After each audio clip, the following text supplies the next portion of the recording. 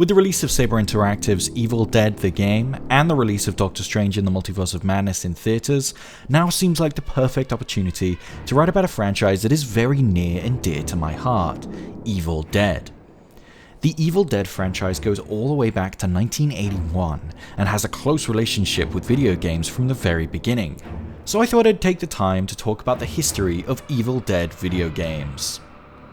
As a bit of background, Sam Raimi's The Evil Dead came out in 1981 and was made on a minuscule budget, most of which went to building a shack in the middle of the woods where spooky goings-on could go down. In the movie, a group of friends summons an ancient evil, which messes them all up until the only one left, Ash Williams, defeats the evil and gets away. Cut to several years later and we have Evil Dead 2, one of my favourite films of all time, and the film that set the gold standard for the franchise moving forward.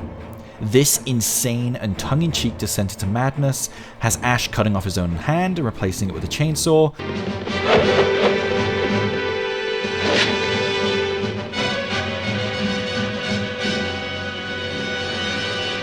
groovy, decapitating his own girlfriend, and ending with Ash being sent back to medieval times.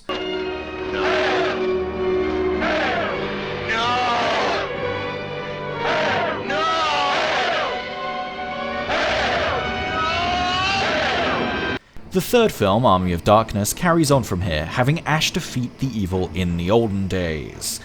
And if you're thinking that this trilogy sounds insane, that's because it is. After this original trilogy, there was a huge gap of time that was followed by a moderately successful remake of the original movie in 2013, followed by Ash vs. Evil Dead in 2015, a TV show taking place right now, however many decades after the original trilogy of movies.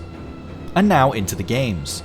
You'd be surprised how much of a history this series has with video games, starting with the Evil Dead for the Commodore 64 and ZX Spectrum, released in 1984.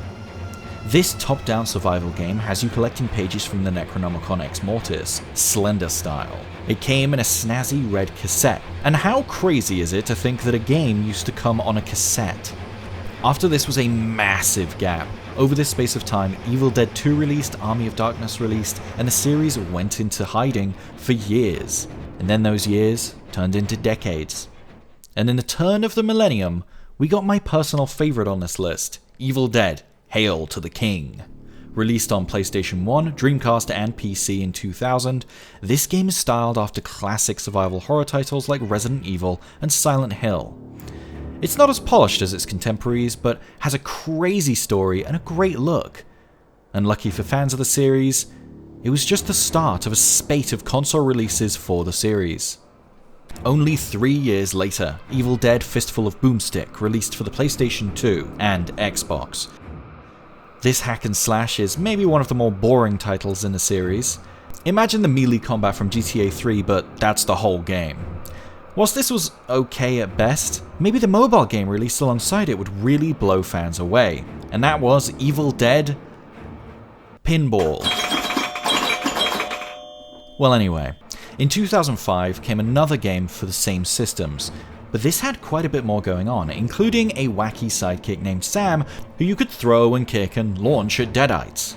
This game takes the series all the way into the action space, giving players unlimited chainsaw fuel and shotgun ammo. After this was another lull in the series. In the following 5 years there were no video game releases, but fans could enjoy revivals of the comic books and, of all things, an off-Broadway musical.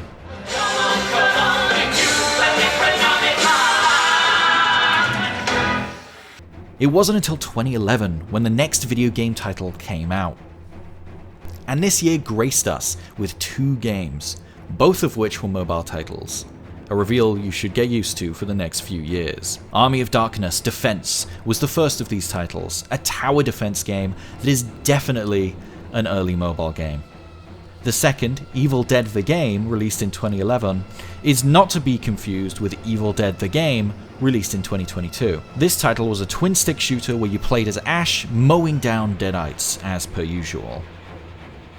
Another space of time passed.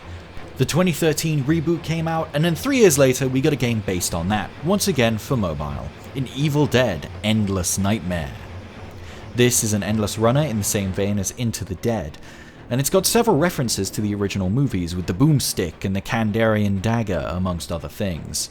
These references were then removed when the game was ported to Oculus Go so that VR users could enjoy Evil Dead Virtual Nightmare.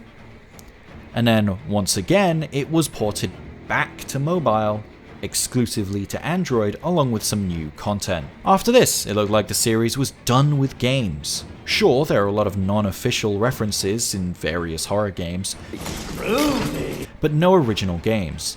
The series was, however, officially featured in other games in meaningful ways, a major one being Ash's inclusion in Telltale's Poker Night 2. Though most official inclusions are directly related to Ash vs. Evil Dead, with the main characters Pablo, Kelly, and of course Ash being included in Deploy and Destroy, as well as a fully voiced appearance as a DLC survivor in asymmetrical horror game Dead by Daylight. And that was it for Evil Dead games. Of course, until today. Evil Dead the game is out now, and it looks to be a fan's dream come true. However, the jury is still out, and we'll have to wait to see if this game will Evil Dead rise above what came before it, or join the likes of Hail to the King in the history of Evil Dead games. Thanks for watching. This was a greatly condensed version of the history of Evil Dead video games, which is an article you can find on our website in the description of this video. If you like this video, please subscribe, and we'll be releasing a lot more content like this soon. And be sure to stick with IGF for all your indie game info. Truly amazing.